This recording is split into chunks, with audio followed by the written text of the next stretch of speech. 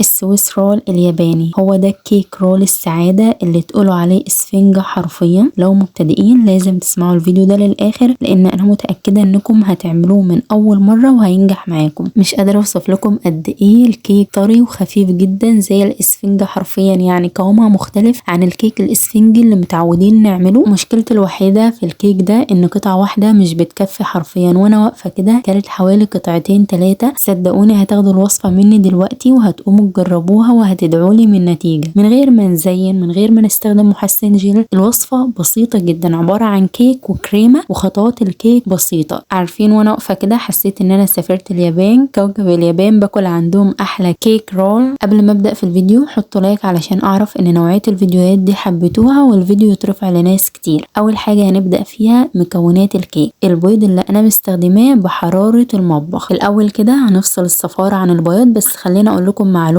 البيض لما بينحط في التلاجة ونفصل الصفار عن البياض بيكون اسهل، لكن لما بنحطه في التلاجة ونفصل الصفار عن البياض بنسيبه بقى يهدى بحرارة المطبخ. فهمتوا ازاي؟ يعني هو بنفصله وهو بارد، لكن لما بنيجي نخفقه بيكون وصل لدرجة حرارة المطبخ. طيب انا في الوصفة دي استخدمت البيض كامل بحرارة المطبخ، واسهل طريقة لو المبتدئين تفصلوا بقى الصفار عن البياض، تحطوا البيضة كاملة وتشيلوا الصفار كده بايديكم. في معلومة بقى خارج الفيديو عاوزة اقولها لكم، الصفار لو ملاحظين بيقع منه مادة كده زي اللي هشيلها بايديا دلوقتي. هعرفكم ايه هي. الحبل الرفيع اللي هو لونه ابيض ده بيكون مثبت للصفار في البياض داخل القشرة، فبيبقى سبحان الله الصفار معلق في البيضة. فهمتوا؟ فلو مش موجودة سبحان الله الخيط ده مستحيل تلاقوا الصفار عن البيض مفصولين، هتلاقوهم مختلطين مع بعض. المهم كده فصلت ال5 بيضات الصفار عن البياض. هنجيب طبق ونحط فيه الصفار، وهنحتاج كمية قليلة جدا من الحليب 50 جرام بالظبط، ولو هتعملوها بالمعلقة زي ما عملت كده يبقى 7 معالق، وعليهم كمان 6 معالق من الزيت يعني 45 جرام. انا هسيب لكم المكونات بالكوب والجرام تحت في صندوق الوصف علشان تكتبوها. هنقلب بقى الخليط ده، هيكون مستحلب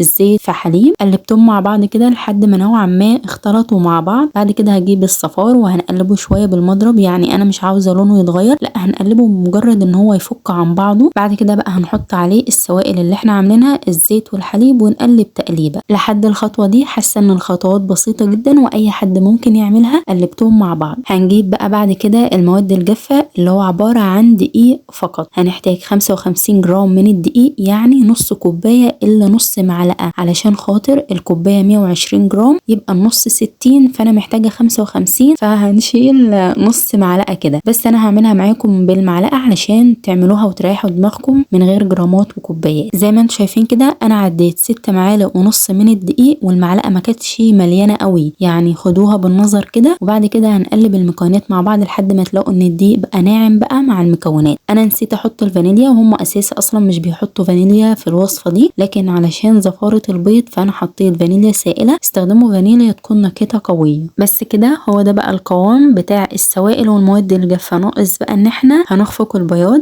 هنحتاج بقى عصرة من الليمونة، يعني ربع ليمونة صغيرة كده مع رشة من الملح، وهنستخدم المضرب الكهربائي المرة دي. النتيجة مش هنعرف ناخدها احسن حاجة من غير المضرب الكهربائي. اول حاجة هنشغله على السرعة المتوسطة، بعد كده هنعلي ونبدأ بقى ننزل السكر شوية بشوية. انا استخدمت 45 جرام من السكر، يعني تقريبا 4 معالق كبار كده مليانين. مش بنحط الكمية كلها علشان بس يختلط كويس والسكر يدوب. طيب عصير الليمونة ورشة الملح ايه فايدتهم؟ عصير الليمونة بتخلي قوام البياض ناصع ومثبت طبيعي. طيب بعد ما البياض خفقته وبقى القوام ناعم زي ما انتم شايفين كده، ما تزودوش في السرعة ولا تزودوا في الخفق، لان البياض هيفصل. علشان بس اخفف قوام الصفار فحطيت كمية من البياض عليه وقلبتهم كده، علشان لما اجي احط المكونات ديت على البياض ما يهبطش، فبنخففه شوية كده. والبياض علشان تاخدوه احسن نتيجة لازم يكون قوامه ناعم مش متماسك متحجر. هناخد بقى خليط الصفار ده ونحطه على البياض، ونبدأ بقى نقلب من تحت لفوق. والخطوة دي بحسها اسهل خطوة. ليه؟ لان احنا مش محتاجين نحط الدقيق والدقيق يكلكع ويهبط الخليط، لا هو السوائل كده مع بعض هتلاقوها بتتقلب كويس. بس انا حسيت ان الاسباتيولا مش هتخفق البياض كويس، فجبت الويسك اليدوي او المضرب اليدوي كده وقلبتهم لحد ما لقيت بقى ان الخليط كله بقى ناعم. الخطوة اللي بعد كده هنحضر بقى صينية الخبز. انا استخدمت صينية مربعة مقاس 26 في 26. حطيت ورقة زبدة بالطول وبعد كده واحدة بالعرض لحد ما غطيتها كلها. ممكن نستخدم مقاس 28 في 28 او نستخدم صينية كمان مستطيلة 30 في 40. التلاتة دول ينفعوا. هنحط الخليط ونفرده، بس التحت هتطلع عالية شوية لان الصينية صغيرة شوية عن ال30 في 40، لكن هتنفع برضو. هنحاول ان احنا نهززه كده ونخبط حاجة بسيطة وندخله الفرن على درجة حرارة 165، يعني تحت المتوسط بحاجة بسيطة، لمدة 30 دقيقة بالظبط. هياخد 25 دقيقة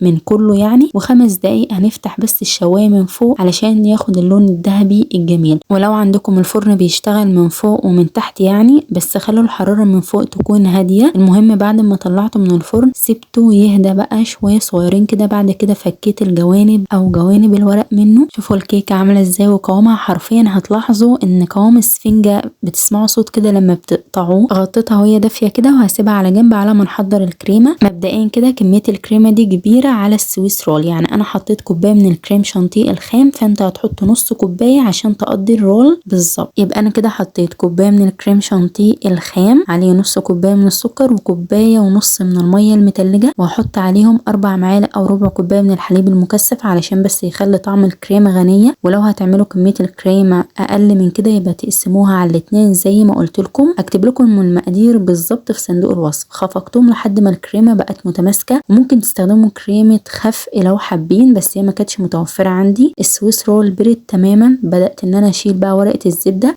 شوفوا قد ايه قوامه طري، يعني انا مش قادرة اقول لكم بجد عامل ازاي. الفيديو واضح. هنستخدم بقى ورقة الزبدة اللي احنا خبزناها علشان نلف بيها بدل ما نستخدم واحدة جديدة وكده. وهنقلب السويس رول على ظهره. وهنحط كمية حلوة كده من الكريم شانتيه، وفي النص هنعمل زي هرم كده بحيث ان كمية الكريمة في النص تكون حلوة. وهنبدأ بقى نلف كده بالورقة زي ما انتم شايفين. لو حابين بقى في الخطوة دي يعني قبل ما تلفوا الكريمة ممكن تحطوا شرايح من الفراولة او من المكسرات، لكن انا عملته على الطريقة الكلاسيكية، كريمة وكيك فقط. هدخل بقى الكيك الفريزر لمدة ساعة على الاقل، مش اقل من كده، بس علشان تطلع متماسكة. وجوانب الكيكة اللي كانت باينة او مكشوفة حطيت عليها كيس علشان ما تحجرش من الفريزر. بعد كده بقى هنشيلها. والفايدة ان احنا لما نيجي نقطعها تلاقوا الطبقات كده متناسقة والكريمة جميلة، مش كده عمالة تنزل وتمط مع السكينة وهي بتقطعها. بواقي الكيكة دي بقى مستحيل نرميها زي ما انتم مفكرين، لا احنا بناكلها. يعني بجد اول ما قطعتها كلتها على طول. شوفوا بس قوامها عامله ازاي. اسهل طريقه بقى تقطعوا بيها الكيك كده بالتساوي، هتجيبوا المسطره والمسافه بتاعتها هتقلبوها زي ما موضح في الفيديو، يعني لو اتكلمت مش هيوضح اكتر ما انتم شايفين. بعد كده بقى العلامات اللي احنا عملناها دي هنقطعها. هو تقريبا هيقطع 9 قطع بالظبط، ممكن نصغر عن كده، لكن هي كده القطعة تمام جدا. شوفوا جمال القطعة بجد يا جماعة عاملة ازاي. يعني انا حسيت ان انا اتكلمت عنه كتير النهاردة، بس هو بجد يستاهل انكم تجربوه قطعة ورا التانية ورا التالتة. صدقوني يعني انا خايفة بجد لا تخلصوا كل حاجة ومحدش ياكل منها. عاوزاكم بقى تجربوها وجمدوا قلبكم، ولازم تجربوها وتقولوا لي رأيكم. ولما تجربوها ابعتولي الصور على الانستجرام. يمكن الحاجة الوحيدة اللي هتخافوا منها هي الخبز، لكن خطوات الكيك بسيطة لو ركزتوا فيها بجد. يعني انا حاساها بسيطة جدا جدا، بس ركزوا في الخبز. قدمتها كمان مع كمبوت الفراولة اللي عملته في الكيك اللي فات، فاكرين اللي هو الكوري. مش مصدقة الصدفة الجميلة دي، جمعت لكم دول شرق اسيا كلها ورا بعض. لاحظتوا يا جماعة ان انا مش مركزة معاكم اصلا، وفي ناس واقفين حواليا مستنيين دورهم يا عيني في الكيك. بس كده خلصنا الكيك رول. قولوا لي رأيكم في الكومنت. اشوفكم على خير في فيديوهات تانية قريب. باي باي.